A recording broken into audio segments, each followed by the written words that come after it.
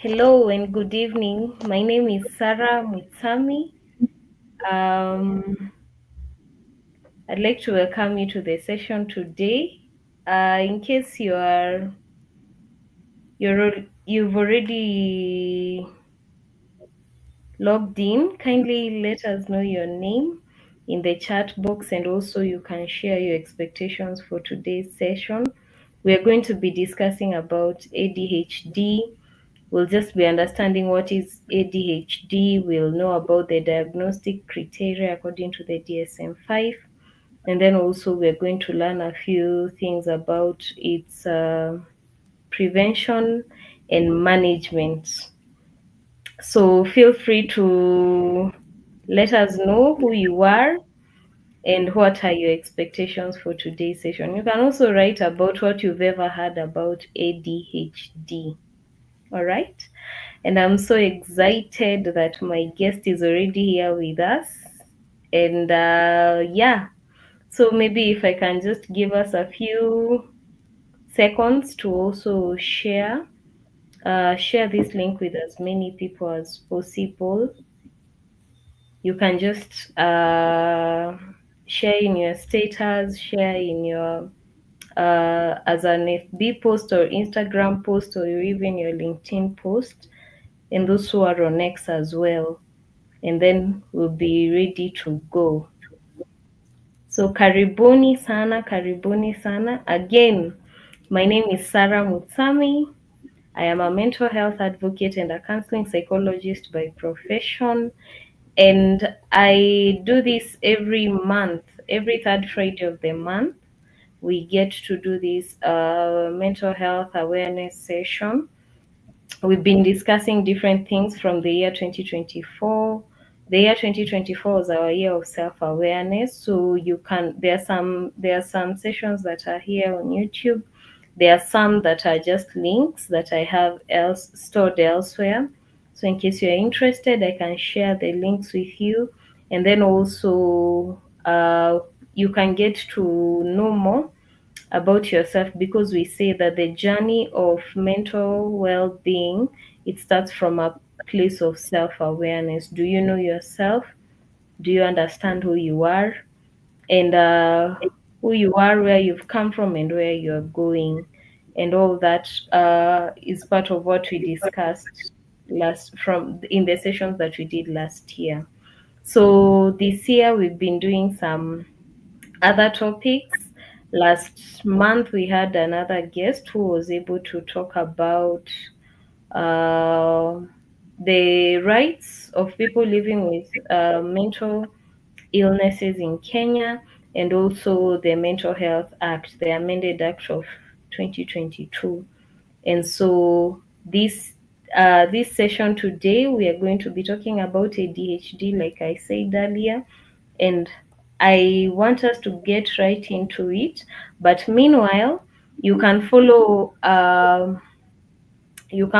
me on Facebook, on Instagram, on TikTok, and on LinkedIn, and then also this YouTube channel. You can subscribe.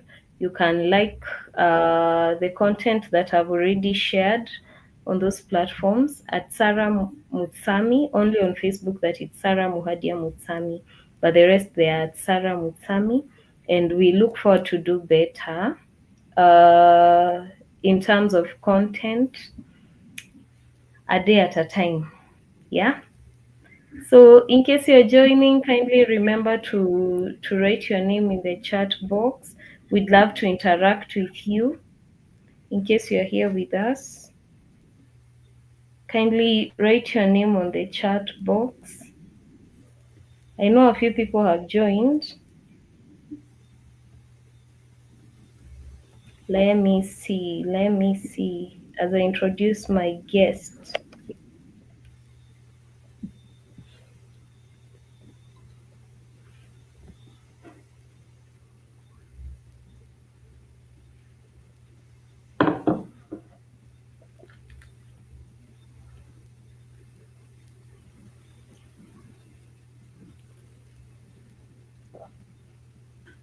Mhm.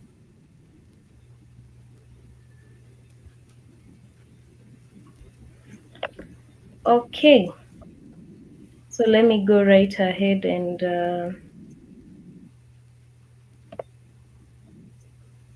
read his bio.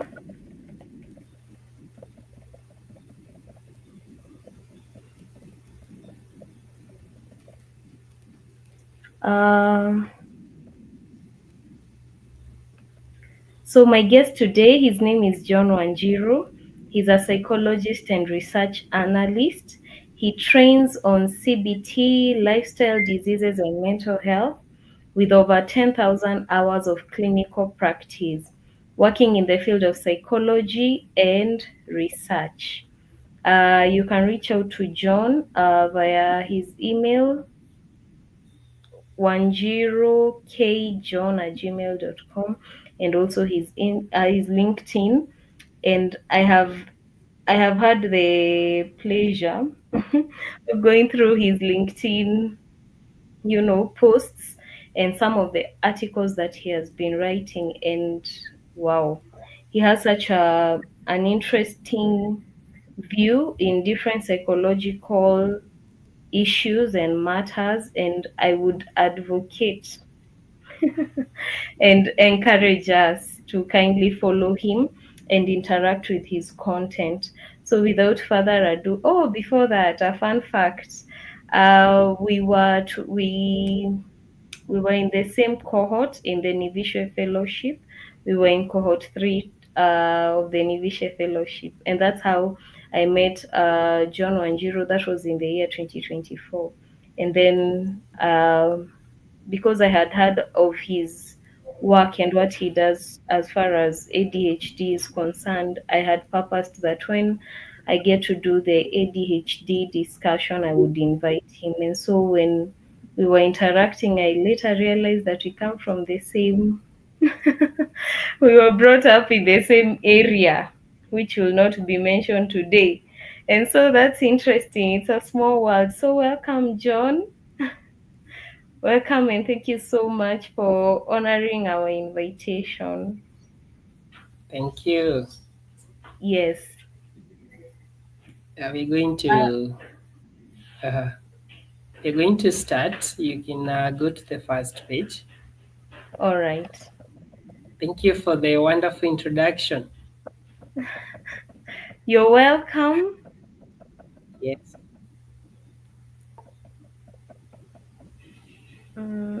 Sorry, just a minute. Uh, okay, You can go to the just a first page. minute. Yeah, Okay. my.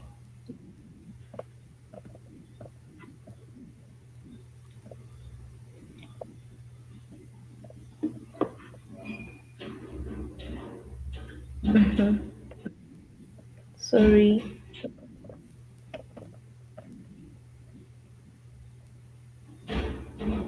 Good.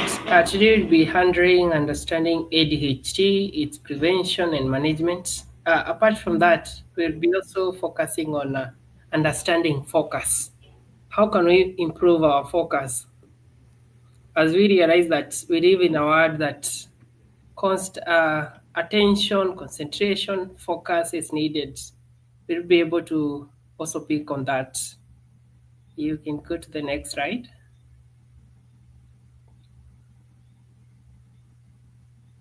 The other one,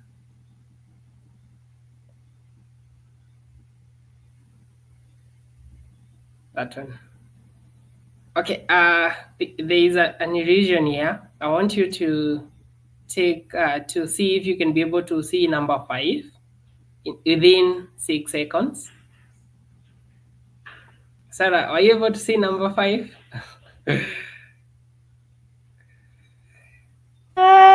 Yes, I have.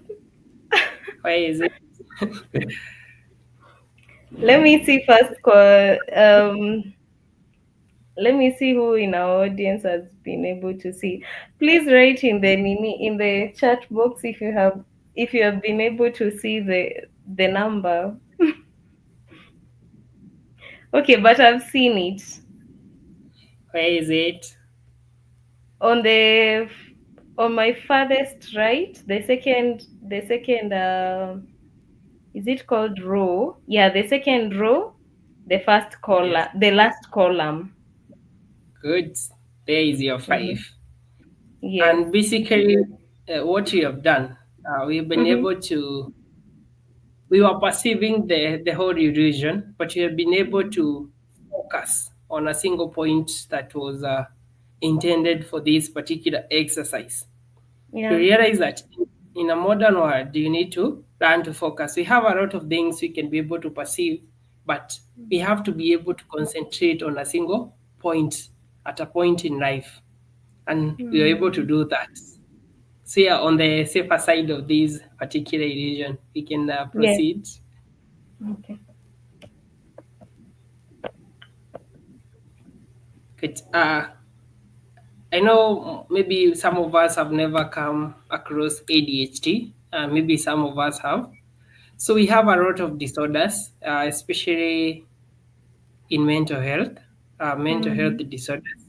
We have a range of them from mood disorders, neurocognitive disorders, uh, and many other disorders. But today we're dealing with the neurodevelopmental disorders. These Yes. include ADHD, autism, but today most I will focus mostly on ADHD. ADHD is a neurodevelopmental disorder. It means there is a problem with neurodevelopment. Neuro means neurons. That is a Mm. brain cells. Ama akili in Kiswahili. So there's a problem with the neurodevelopment that leads Mm. to persistent patterns of inattention. You cannot be able to focus. You cannot be able to concentrate on a single task. And the other thing is impulsivity or hyperactivity. You cannot be able Mm. to sit still. You can see I'm seated still, but maybe someone with ADHD and maybe he's doing something that he or she doesn't like, he's likely to be jumpy, or of as we should see as we progress with our training. Mm. And remember these particular three features, they have to interrupt normal functioning. That is Yeah. school, work, and social relationship for it to be Mm. considered ADHD. Something peculiar to note that even though have mentioned that ADHD people suffer from inattention, they can Mm. still be able to achieve hyper attention, especially in Mm. things that interest them. Maybe someone is interested in music. You're going to find this person can be able to go deep into music and even forgot that the other things are existing. Yeah, we can proceed to the next, right? I mentioned about a book. It's called the DSM-5. This is Mm. version 5TR. DSM-5 means Diagnostic Statistical Manual for Mental Disorders. It's a book that told all the disorders that exist. Yes. One of the key symptoms of the ADHD is inattention. And uh, in light with my recent post on how we misuse psychological terms, it is important for us to be able to know that for ADHD diagnosis or any other diagnosis, it must be done by a certified Professional. psychiatrist or a clinical psychologist in Kenya. No other person is qualified to do that, and for them to do that, they're able to take among these criteria, the three of them. And the first one is inattention, where someone presents with these particular symptoms, which disrupt the normal functioning, that is work and school and social relationships. One of it is poor attention and making Mm. careless mistakes. Maybe someone is told to do measure twice, cut once. They're going to measure once and cut thrice. Twice. Yes. So they Mm. may make careless mistakes. The other one is difficult sustaining attention. Maybe in our first illusion, you could find that if someone was suffering from ADHD, he may suffer a lot. He might not get the 5 in the 6 seconds stipulated because they cannot be able to sustain attention. The other thing is maybe they sometimes appear not to listen whenever someone is speaking to them, and that can be very frustrating, maybe for the parent or the teacher.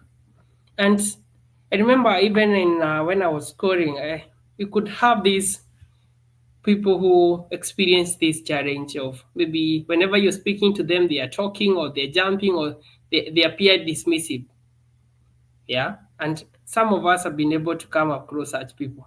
Even if they present with that particular symptom is not enough to term them to have ADHD.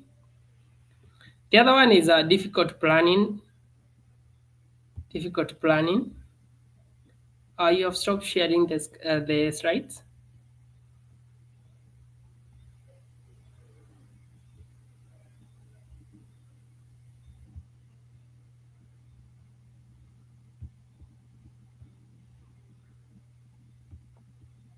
The other thing is about difficult planning and organization. You find that they struggle to organize their task and planning ahead that is quite required in normal or day-to-day lives.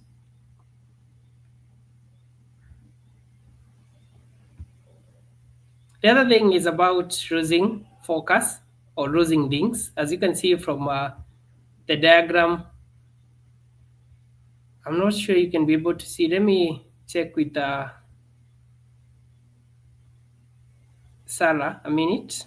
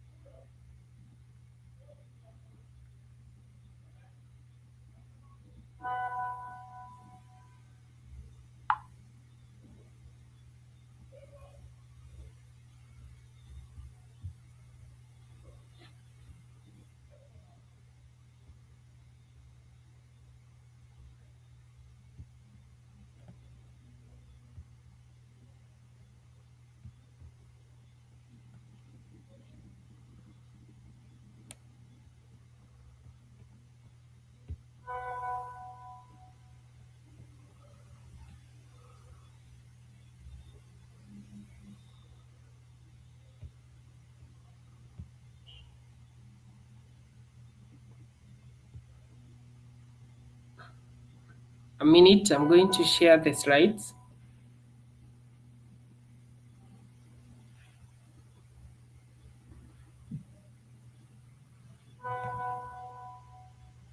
Yeah, I'm sorry Sarah was disconnected.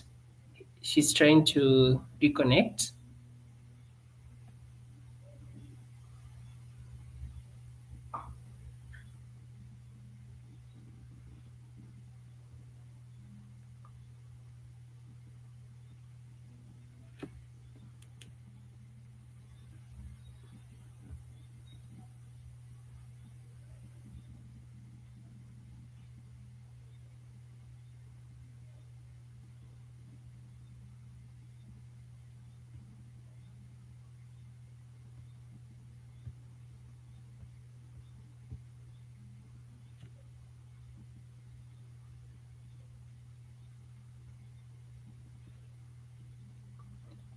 We apologize for that.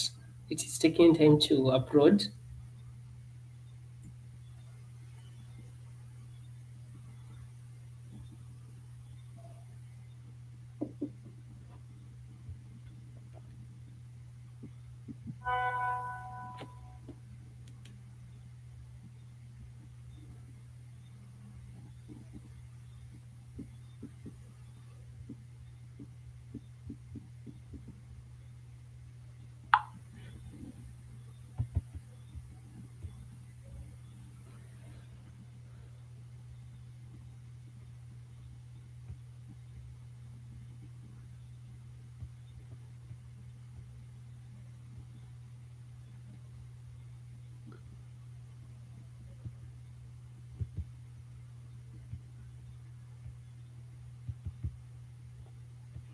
We are going to proceed. I've been able to upload them.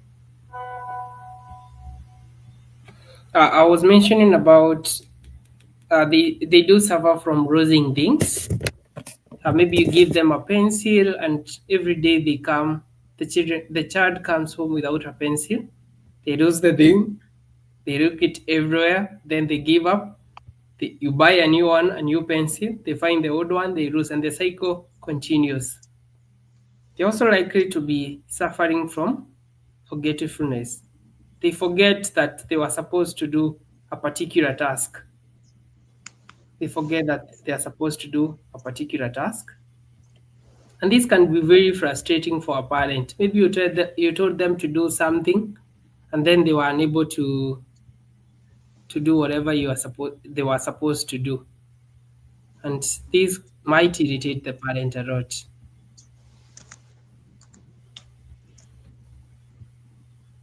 The other symptom number two is hyperactivity and impulsivity. You find them, they might be fidgeting a lot. Fidgeting is that it means that they are moving a lot in their spaces. The other thing is about remaining difficult remaining seated. It's closely related to fidgeting. You find that they are not able to remain seated. They keep on standing up, sitting down, and climbing all over, as the next point suggests. Yeah, they really do struggle to stay still in classes. I remember, I don't know if that guy was suffering from ADHD back in primary. This guy was always on a scandal. Maybe he was found, maybe is standing on top of the table even when the class was about to start. And sadly enough, he used to get punishment from that particular behavior. I really hope things would have been different for him. Maybe he had problem with the uh, hyperactivity. The other one is excessive talking. They find that they can talk and talk for hours without pausing. This is also a common symptom with that bipolar, which is a mood disorder.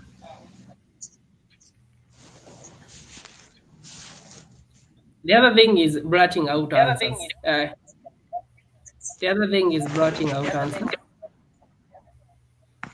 Maybe you will find that in a class you have asked a question and they raise their hands.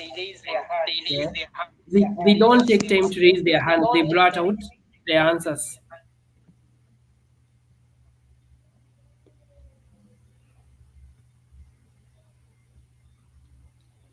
The other thing is difficult waiting for their turn. They cannot wait for their turn. That means that they cannot raise their hand until the teacher selects them to answer a question. They're always writing their answers. They feel active. They are overly active in their brain, and you shall know why this happens as we progress. This is the picture to illustrate that behavior. Maybe a teacher has asked a question.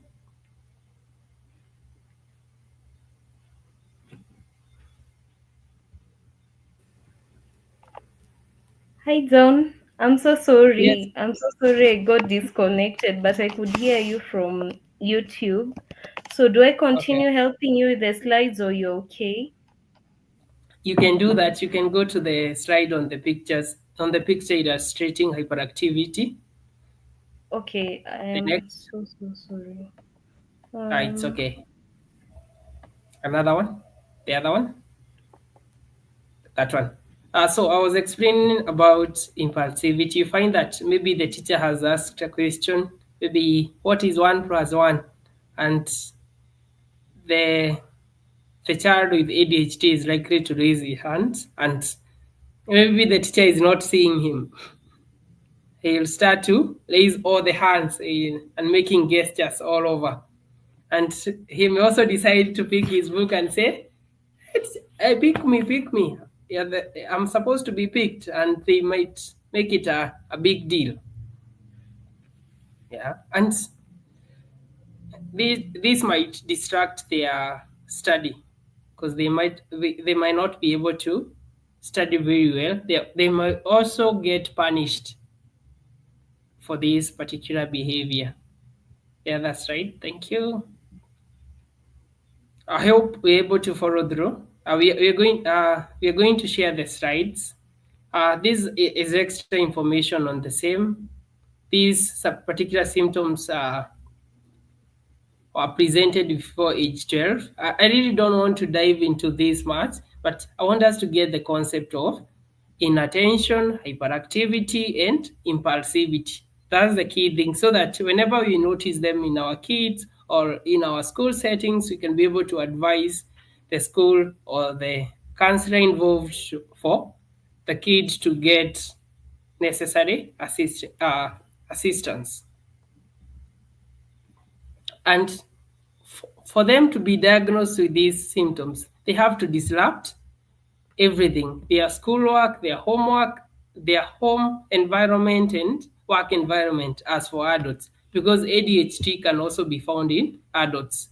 And research is showing that ADHD is being diagnosed in adults. This is because of the lifestyle changes, the introduction, the rise of social media, and the screen time. Actually, there's a research that was showing that an exposure to screen time for more than 2 hours per day in children can lead to hyperactivity behaviors. I captured this in one of my articles that I published. I publish weekly, and later on you're going to receive the link on the same. You can imagine only 2 hours are needed for these hyperactivity behaviors to be noticed in children. This doesn't mean that those children have ADHD, but hyperactivity plus inattention is key features in diagnosis for ADHD. We can proceed to the next slide. Good. What causes ADHD? What causes ADHD? One of it is genetics. Genetics means gene. You inherit genes that predispose you to ADHD, and we're going to learn how this happens in the next risk factor. The next risk factor cause is brain structure and function. So all of us are focusing on the slides at this particular moment. We are engaging our visual, our eyes, our brain in processing the information that I'm articulating in this particular session. You find that the area on the front, the back side of your forehead, is what you call the prefrontal cortex. This particular part of the brain is responsible for executive functions. Executive functions means functions that involve decision making, emotional control, planning, organization, among other things. Decision making, problem solving, and many other. So you find that this prefrontal cortex is also plays key role in focus. For you to make a decision, for you to plan, for you to solve a problem, you need to focus clinically on that particular problem so that you can be able to know how you can be able to address it. So you find that the prefrontal cortex has a problem. And how is this happening? So most of us, all of us, have two circuits in our brain. The first circuit is what we call default mode network. For example, if you look at Sarah, she's seated still and she's not moving, and maybe she's not thinking outside this particular topic. It's just focused on the slides. She's on a what you call default mode circuits. This happens when you're free and you're not engaging in other activity. She might also be engaging in listening and processing the information. The other circuit is what we call task network circuits. For example, I'm moving my fingers and I'm also articulating words. That means I'm moving some muscles and my brain is processing these tasks. That means that my task mode networks, my task circuits are engaged for us to be able to, for me to be able to deliver this particular information I'm delivering. And for me to do that, for me to deliver those tasks, that is moving my tongue and moving my mouth, for me to be able to articulate things, I'm engaging my task circuits. For that to happen, key neurotransmitters are brain chemicals that necessitate the communication. They send messages. Yeah, you may view it as a credit. If you don't have credit, you cannot send a message. Yeah, so you need credit so that you can be able to send a SMS. So the credit in this case would mean dopamine and norepinephrine. Dopamine is a key neurotransmitter, it's a key neurotransmitter or a modulator. It modulates things in the brain. This particular dopamine plays a key role in reward, focus, reinforcement, motivation, and movement. For example, articulation of word or speaking is movement. It means that my brain or my neurons in my brain are firing. Yeah, they are receiving information so that I can be able to articulate. I'm moving. Speaking is also a form of movement. The other thing is norepinephrine. Norepinephrine plays a key role in focus and attention also, especially during times of need or stress. For example, in a period of exam, maybe you have exams in a 1 week period, you're likely to find that you're hyper focused, maybe reading books and doing whatever is necessary for you to be able to pass that particular exam. That means that you're engaging your norepinephrine. And for us to understand why these two neurotransmitters are important in this is that the precursor, what comes from dopamine comes from adrenaline. Adrenaline comes from norepinephrine. It's almost the same thing. They are called noradrenaline or norepinephrine. They are the same thing. In the brain, they are referred as norepinephrine. In the body, they are referred to as noradrenaline. They are produced by the adrenal glands near your kidneys. So dopamine comes from epinephrine. Epinephrine comes from norepinephrine. You can be able to understand that particular cycle. So there is an imbalance of this dopamine. That means there is low dopamine and norepinephrine in these ADHD kids or adults, so that they are not able to focus well, they are not able to concentrate very well in tasks that are related to their work, school, and any other facets of their life. I hope you can be able to understand that. You can proceed to the next slide.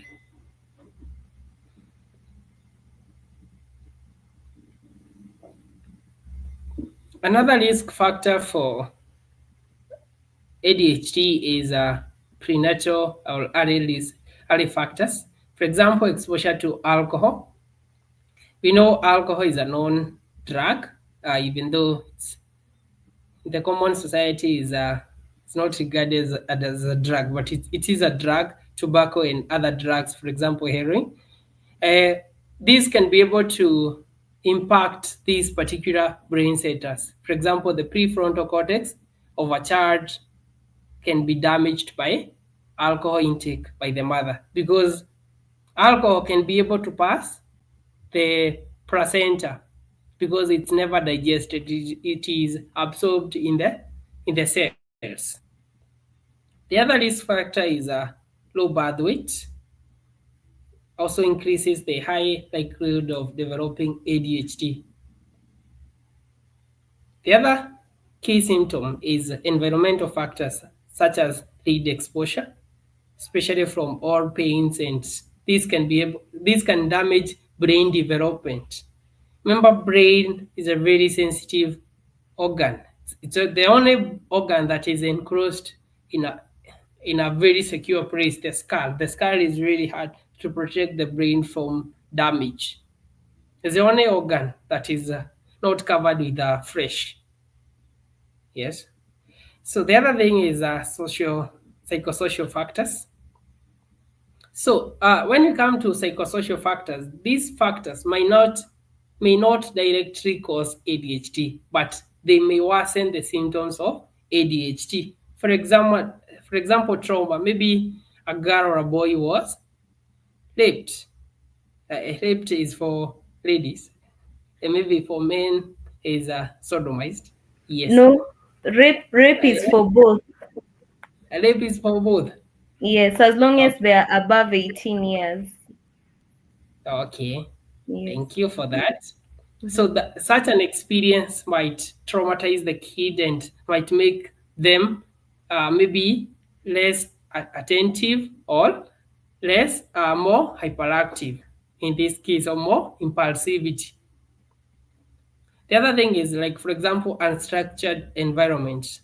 And this is a very key thing that we'll capture in management. Having an unstructured environment. For example, for you to maintain like sanity, for example, even myself, I have a routine that I do it every day, regardless if it's raining or it's doing what. For example, I can give a short of what I do. I do this every morning when I wake up. I wake up maybe at around 5:45 or 6, depending on my schedule on a particular day. Once I wake up, I go to exercise. I do some push-ups or pull-ups, sit-ups to relax. From there, I do something we call the physiological sigh, where you take two deep breaths. Yes, you take a deep breath with your you take a deep breath, then add extra air, then hold it for a few seconds, then exhale using your mouth. This helps you to relax. From there, I do a cold shower. Yeah, it's very beneficial to recharging dopamine and norepinephrine in the body. From there, we shall talk about that later on. Thank you. We can proceed.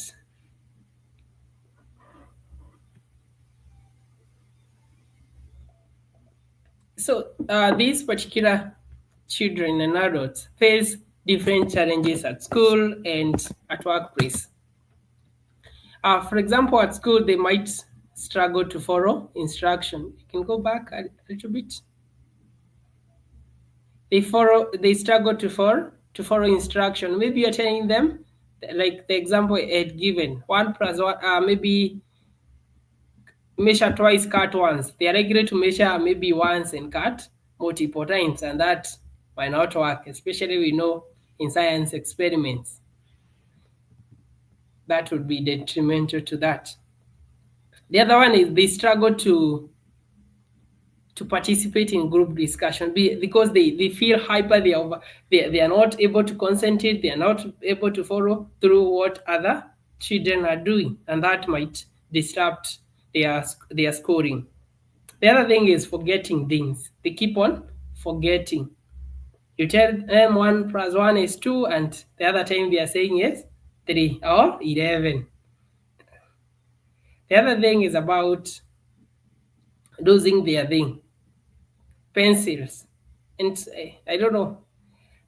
I I happened to be losing pencils when I was young. I used to I was hung. I used to have my pencil on my neck. I don't think I have ADHD, but I had such a problem when I was young, and nowadays I'm good. I don't lose things. The other thing is maybe they also struggle to during classes. They cannot be able to maintain attention for long hours. I find that classes are 35 minutes. They are losing their attention after 5 minutes. So they need special attention so that you can be able to cover the ground as other kids. And I might be articulating only the disadvantages of or the challenges they face. They also have their advantages. These people can be able to, they are highly risking people. They can go into business.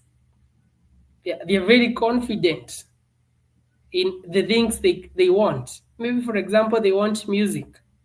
They can be able to obsessively concentrate on music. They love art. Some of the people with ADHD are good with that. They can be able to draw very colorful or beautiful arts and so forth. And they're also good in they're also very creative. Yeah. That doesn't mean that someone who has ADHD is very creative. No. But some of them are very creative. The other thing in workplace, the other challenges they face in workplace, this is for adults in this case. And in Africa, you find that ADHD is rarely diagnosed early. So most of them progress to adulthood with ADHD symptoms. And some of them pre-medicate themselves with alcohol and drugs as an attempt to get more dopamine, more norepinephrine, that is deficit, because they have a deficit in themselves. So they may struggle to with organization, the same thing we mentioned. They also don't like routines. And this is one of the things that we shall mention in the management. Routine, the morning rituals, yeah, the daily rituals. You have to do them, either there is sun, there is what, you have to do them. And these are some of the things that keep us sane, basically. So the other thing they may struggle with, they may be excited with the new projects. People who, when there is a new project, they are there. But after some 3 minutes, they are not there. Another project has come, they are there. Yes. They are very jumpy in this case when it comes to project. They're excited. So the key thing to understand is that they don't have sustained level of dopamine and norepinephrine. They may have a peak, then it drops. And that's why they struggle with focus, motivation, concentration, and so forth.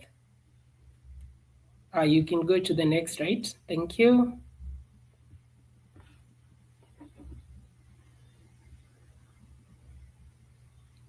I'm also enjoying my coffee here. In management of ADHD, they use something called the psychostimulants. They are amphetamines like medicine. For example, Adderall. Adderall is commonly used in treatment of in management of ADHD or treatment. And remember, you are only supposed to take these particular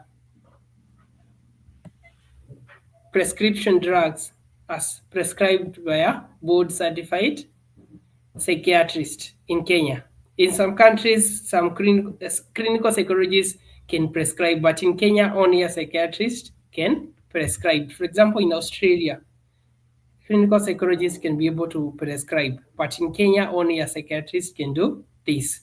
So, what does Adderall do?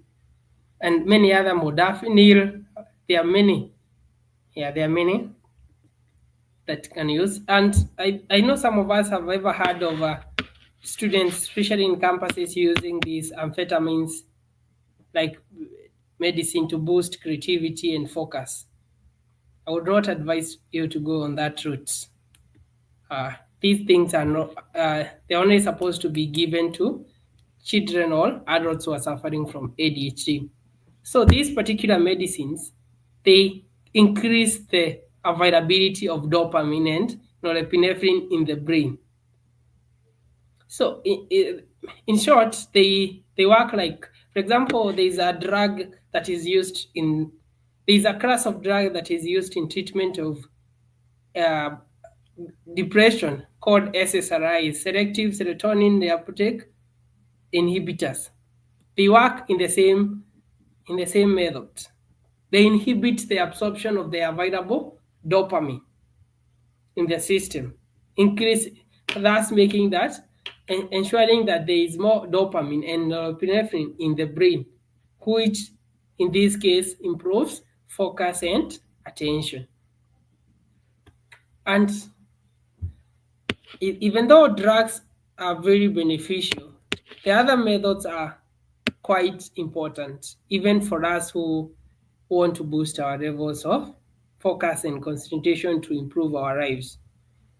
One of the techniques that we use is CBT. CBT is cognitive behavioral therapy, where they are taught on how to manage their impulsive behaviors and other ways of concentrating. There's this technique called the Pomodoro technique. Pomodoro is an Italian word that means tomato.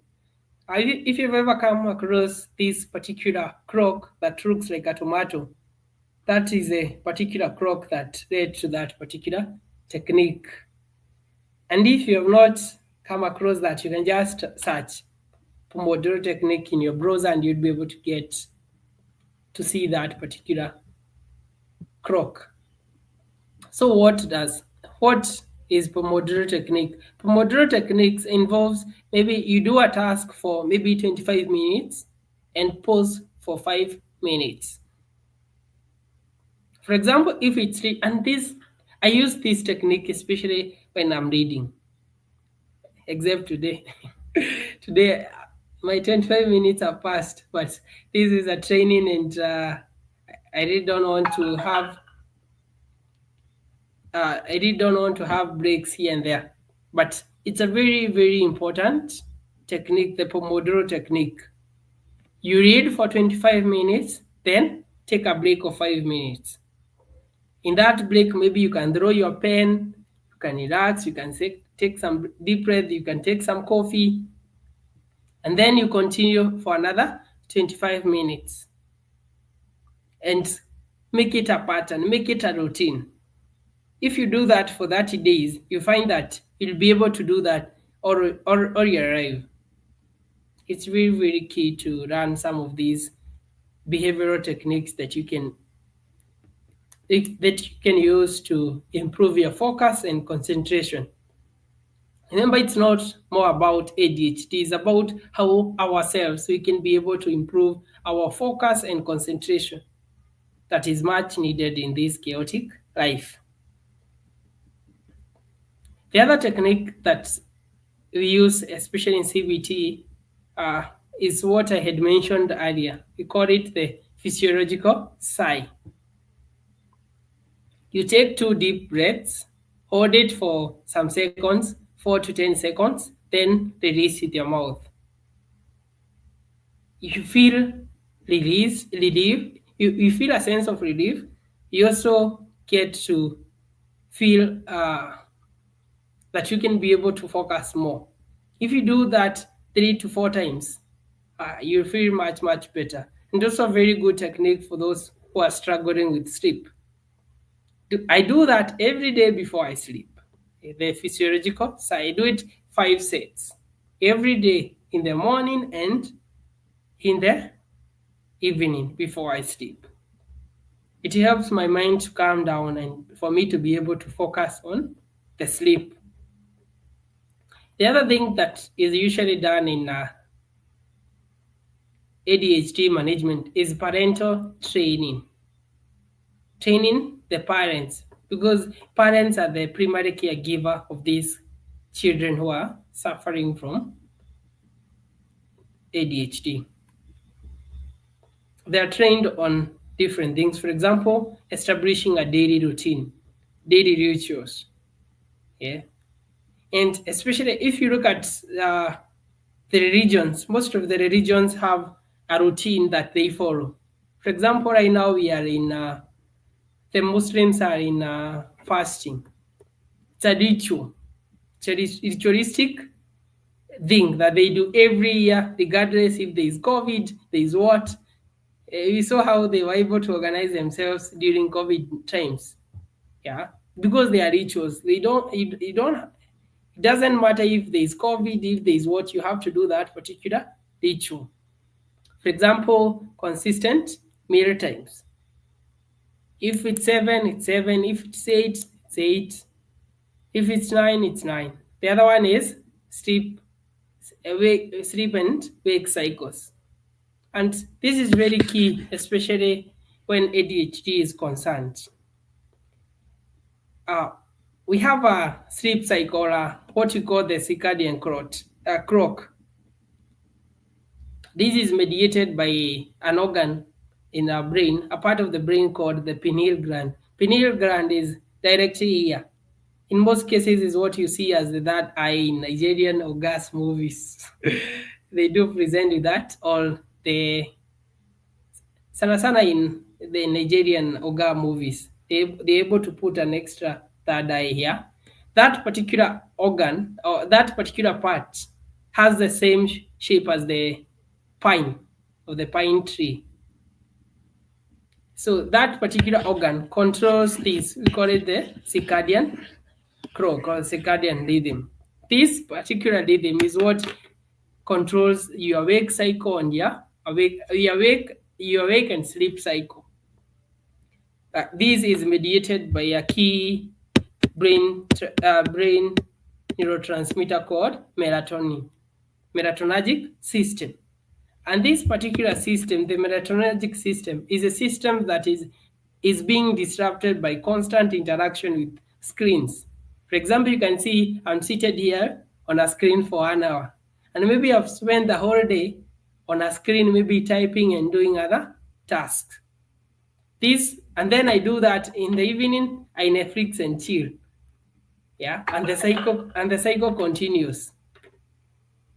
So you find that this particular melatonergic system is disrupted by screens, and it is very, very, very important to have a regular sleeping cycle. And if you are struggling to sleep, develop something called sleep hygiene. What is sleep hygiene? If you are sleeping at 10, ensure that you sleep at 10 and wake up at 7, or that particular time that is comfortable with you. The other one is consistent positive reinforcement. This is where we call it the carrot and stick technique. When someone does something good, you give them a carrot. When they do something bad, you punish them.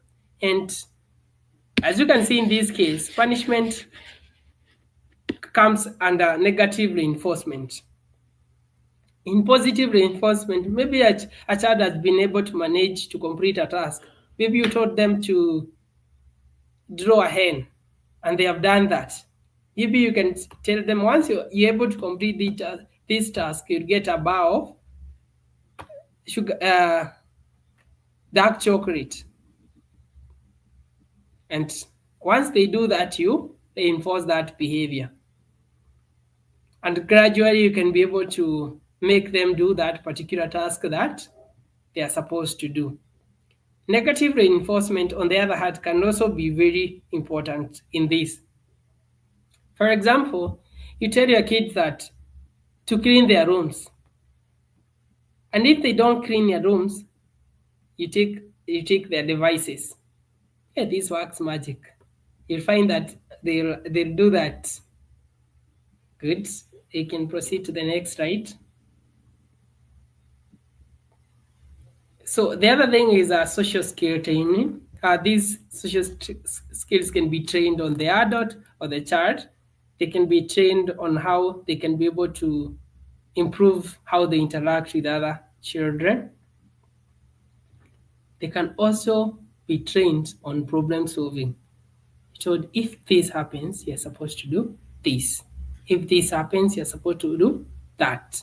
And gradually they can be able to pick these particular behaviors. The other thing is planning.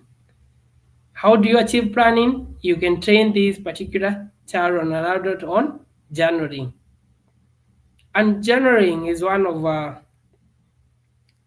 the freely available therapy that you can use. You don't need you don't need a therapist, you don't need a psychiatrist, you just need to sit down 10 minutes and write what you think, how you feel, and you're able to feel better. If you look at, I have my diary with me here. If I show you, I do write a lot. Everything that I struggle with, I write it down. And some of it features in my articles. If I'm comfortable with something, I've already written about it and gone through it, and I think I'm okay with this. If this particular thing goes to public, then I can be able to feature it in my article as am I expressing my thoughts on a particular topic. That is a very, very uh, practical way to improve your focus and also enhance your mental well-being. Famous people have been doing this. For example, Marcus Aurelius in his book Meditations is a very, very good piece if you want to learn about how to do journals for self-reflection and self-improvement. You can be able to read that particular book by Marcus Aurelius. The other thing is lifestyle modifications. For example, regular physical activity, encourage them to be active. You realize that most nowadays all of us are sedentary. Yeah, we are just sitting. Yeah, then we Uber, and I'm not saying Ubering is what. And then from there, like we don't move. We are designed to move. We are supposed to move our body, and that's why I've made a commitment of every day moving my body through push-ups, press-ups, so that I can be able to feel much, much better with myself. The other one is a balanced diet. I don't want to go deep into that, but there's something I want to mention about balanced diet.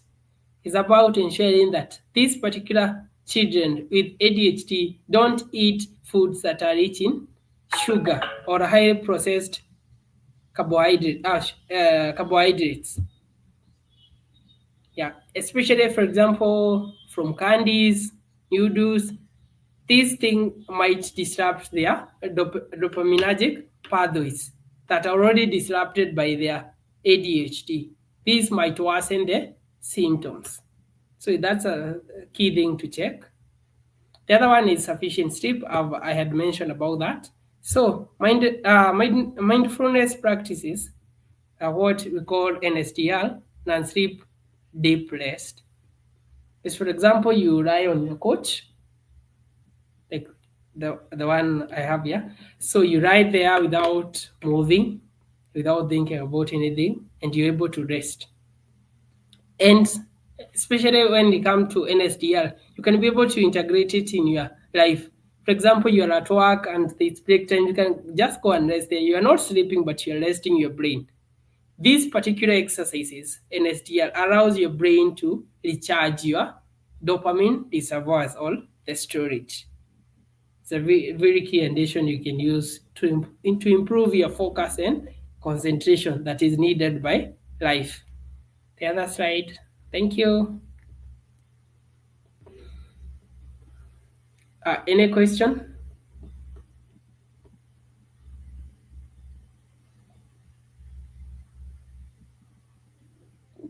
You're not audible, Sarah. Yeah, I muted because I respond by voicing. I don't just nod, so I knew it would disrupt. Anyway, when you asked any question, I said let me check to see if anyone has asked any question. But I really think that's a profound way that you've put everything, and especially the challenge with inattention now, that most of us either have challenges with inattention or hyperactivity. And you find that nowadays, now we tend to diagnose ourselves and say that I have ADHD. So it's very important for us to know that it has to be diagnosed by a professional. Sorry. Mm, no question. But thank you so much. Thank you so much, Jessica, for joining in the session. Someone called Jessica has written her on the chat box. Yes. Yeah, even if you join late, the good thing is that with YouTube you can always go back and you'll just watch from the beginning, and you'll be able to pick up from where we started. And then also, if you have any question, please feel free to leave it at the comment section. I always come back and check. If there is anything that we need to respond to, we will be, and I believe also for John, I'll be able to tell him that there is a question on the chat box. If you are willing, you can go back and just respond to it. So, yeah, thank you, Wendy. Thank you so much. Thank you for everyone else who has joined in, and maybe they have not left any comment or any questions, but feel free to comment. Yes. Mm-hmm. No question for now, John. Okay. Maybe something to add on whatever I've mentioned about ADHD. Mm, Most of them find themselves medicating themselves with alcohol and bang to be able mm, to find ways to restore their dopamine. And mm, it might work in the short term, but it's detrimental to in the long term. Because whenever you take drugs, dopamine receptors in the brain tend to downregulate. You already have low dopamine mm. receptors. Then you take drugs and they downregulate. You're Yeah. already worsening the already existing problem.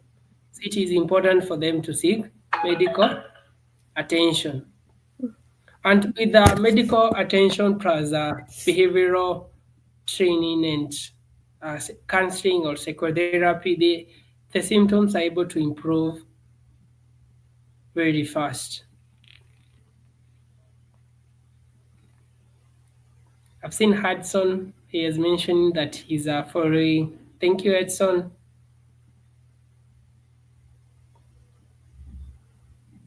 Thank you, Hudson. Hudson is my dad. Thank you for your support, Dad. All right. Okay, amazing, amazing. I'm happy to Yeah. see your dad come here to support you. Amazing. Yeah. Yeah.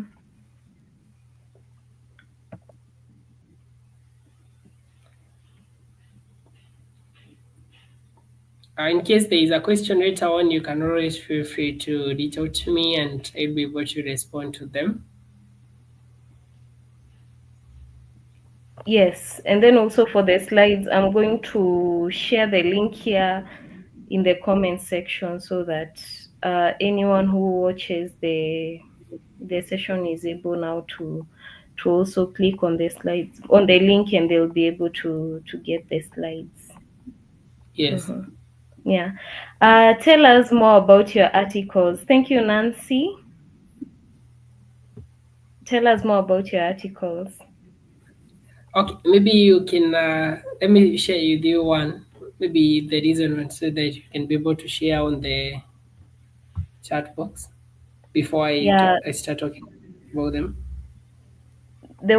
there's also the one for ADHD I shared as well in my, all my. You can go to my social media handles as well, And there's that link, the one that you did for ADHD. Yes. Uh, I already shared that also in my chat box. So kindly you can, I mean, not chat box, in my social media pages. On Facebook, Sarah Muhadia Mutsami. On Instagram, Sarah Mutsami. On which other one? Hmm. Yes, that other one that has skipped my mind. Yes, I shared. Oh, LinkedIn and Or in, TikTok. Yes, okay. yeah. So you can It's okay share then. something. Mhm. If you have shared that, maybe they can use that same link to be able to access the rest. They are Ah, all. I'm only on LinkedIn. I'm only on LinkedIn. Uh, which is amazing. yes, I initially didn't like social media, Mm. but I'm learning. I started with LinkedIn and it has been doing well, so I can't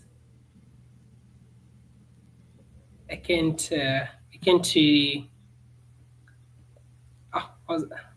Oh, I've lost my thoughts. So I was saying about that.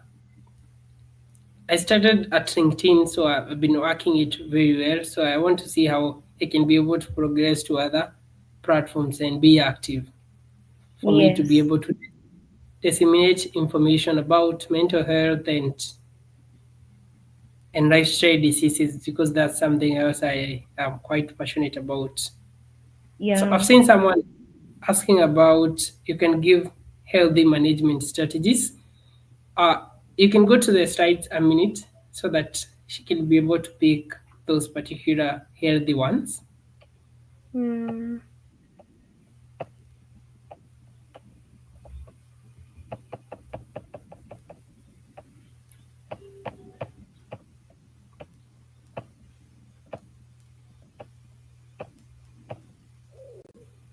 Up there, the other side, the other one, the other one, the other one,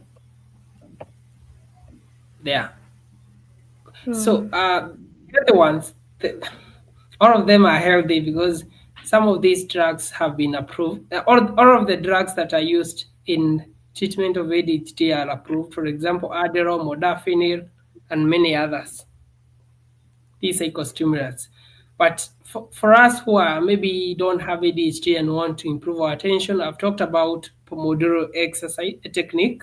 Pomodoro means in Italian means tomato. Mm.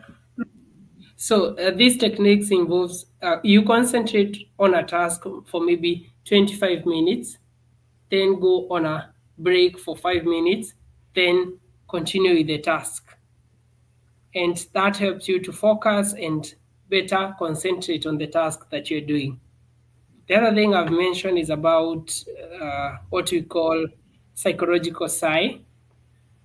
Psychological sigh I've mentioned is that you take a deep breath, then add extra air, then release with your mouth. I can do this to illustrate. You take a deep breath. Let me do that.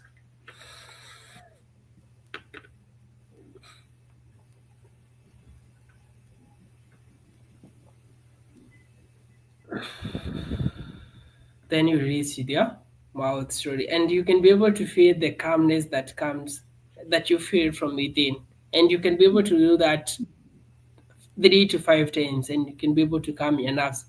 And this is quite important for us who are going for job interviews. You go into a job, you feel anxious, you feel as if you Mm. cannot do it. You have a stage fright, you go there, you just need to do it twice, then release with your mouth, and you feel calm. And how is this achieved? When you take deep breaths, and whenever you take deep breaths, you don't regulate your heart rate.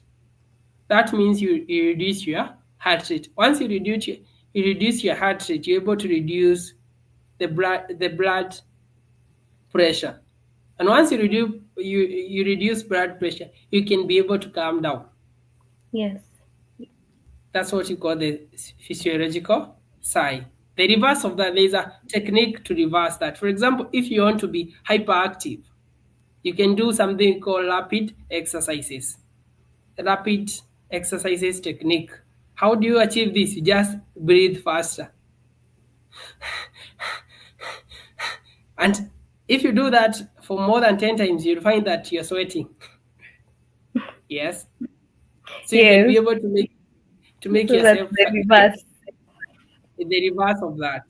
But you don't want Mm, to be hyper active. You want to be calm in an mm, interview because you're already hyperactive because you are already nervous about the interview. The mm, other thing I've mentioned is about training to the parent. All of these are non-evasive. You don't need to take anything. You don't need to be. You don't need to be to anything. You just need to learn them and exercise them. mm, For example, the daily rituals, the daily routines that you're supposed to set up, the meal times, sleep and awake cycles. You can go to the next slide. I can capture one. Then the other thing I mentioned about is regular exercise and NSDR. mm, NSDR, I said, is non-sleep, deep rest. You lie on your couch and think nothing and focus there. You can breathe slowly as you refresh, you relax. That mm, also helps for anyone, for maybe someone with ADHD and someone who doesn't have ADHD. Maybe the other thing that I didn't mention, there's something called uh, RTMS. mhm, RTMS is something that is being considered in treatment of different disorders, for example, bipolar and mm, ADHD. It's called repetitive transcranial magnetic stimulation. Means mm, that a part of your brain, for example, the prefrontal cortex, can be stimulated by magnetic coil so that they can be able to produce more dopamine without necessarily doing a surgery in your brain. It's also non-invasive, but I don't think in Kenya there is such a procedure. These procedures are mainly in the US or in the developed world. yeah, Yes, tutafika tu. Mm, gradually. uh, But all these techniques that have been mentioned are non-invasive. You can easily learn them and practice them. mm. Mm. You mentioned something about, like the medicines, the Yes, medication that are prescribed to people with ADHD, and for instance, like Adderall. And you yes, see, like in Kenya and those many other stuff that, for instance, campus students use, and even nowadays, high school students. And you see yes. something like in the US, you cannot access them over the counter. So in Mhm. Kenya, to the best of your knowledge, are there some regulations probably that have been kept in place so that we can regulate some of these drugs getting to the wrong hands? So in Kenya, the regulation exists, but as a country, as a nation, Implementation. yeah, implementation is a problem because I recently saw a documentary on how people are abusing the azepam, what's Mm, usually called clozapam, among other mm, drugs. Even the one that is used for horse surgery that caused people to have zombie-like symptoms in Mombasa. And these mm. drugs are not only supposed to be sold with prescriptions, but Yeah. I think it's a problem with some of the pharmacists that are selling Mm, these drugs. Yes, okay. I hope that we can do better. We can just at individual levels, then it will translate to our communities and then the nation at large. yes. Yeah. So, thank you so much, Joy. This anyway, let me not share too much. Acha tu ninyamaze. Thank you so much, Joy. I appreciate you being here. I have lipped my deni. You know what I'm saying. And thank you so much, Margaret. Margaret Gesare. Thank you for joining as well. And then I have also shared the link here on YouTube now. It's on the comment section. So when you click on this link, you'll be able to see many of his other articles. Because, like me, that's how I was able to interact with many of your other articles, which are interesting. They are a wealth of knowledge, and then they are, yeah, you just go and check them out for yourself. And then, yeah, I am so grateful, John. So, so grateful that you honored the invitation just to come and share with us. And we are looking forward to engage with you further. I know that I'll have you again. True. Yeah. Yeah. So you can reach out to John via his LinkedIn or the email that is now showing on the screen, on your screen. Your parting shot, John? Yeah. My parting shot is just simple. Let's Mm, not diagnose ourselves and overuse psychological terms such as ADHD, antisocial, I have bipolar, I have schizophrenia, psycho, and let's ensure you take our mental health. You realize the value of mental health if you visit people on the other side of the spectrum. Because I mm, work in a setting that takes clients who have even psychotic disorders, and mm. just viewing them, I'm able to realize the importance of checking your mental health. You Yeah. just don't want to cross the other. You just don't want to cross the other side. Ensure you take your mental health. Mm, Whenever you're feeling down, find someone to talk to. Write it mm. down as a free therapy you can be able to do for yourself or by yourself. Thank you. Yeah, thank you so much, John. We really appreciate, and you can always reach out to me in case you need someone to talk to. Please, please, or you know someone who needs someone to talk to. Please reach out to me, and I'll be more than happy to help. All right. So is a wrap for our March edition. I am so so grateful. Thank you everyone who joined this session, and even for those who will join in later, and I mean who will just come in later and yeah, and participate in the webinar. I just want to say thank you so much, and thank you so much for the support. Uh, and also I just hope that we are gaining as much information as possible, because the information that, someone said that you are where you are because of what you know, and you are where you are because of what you do not know. So it's very important for us to know these things, especially things to do with our mental health, with the world we are living in right now. Oh, it's just so important for us to take care of our mental well-being. And when next time he comes to talk about lifestyle diseases, you'll understand what we are saying, why it's important for you to take care of your mental well being. Otherwise, I can talk until tomorrow. So let's just wind it up there. Thank you so much, John, once again. And thank you to everyone who has joined in the session today. Feel free to reach out and follow us on those social media platforms that I stated earlier on. It's just Sarah Mutsami on all platforms. And then you can also reach out in case you need any help to do with anything. You can reach out, and I'll be more than glad to respond to you. So see you on the third week of April. I have another guest lined up for you. Why? You guys, this year you're not ready. You're not ready for me. And I am learning. I am relearning, and I hope that it will be the same for you. Please remember to like and share this link with as many people as possible. Have a lovely time. Good evening. Bye. Thank you. Okay.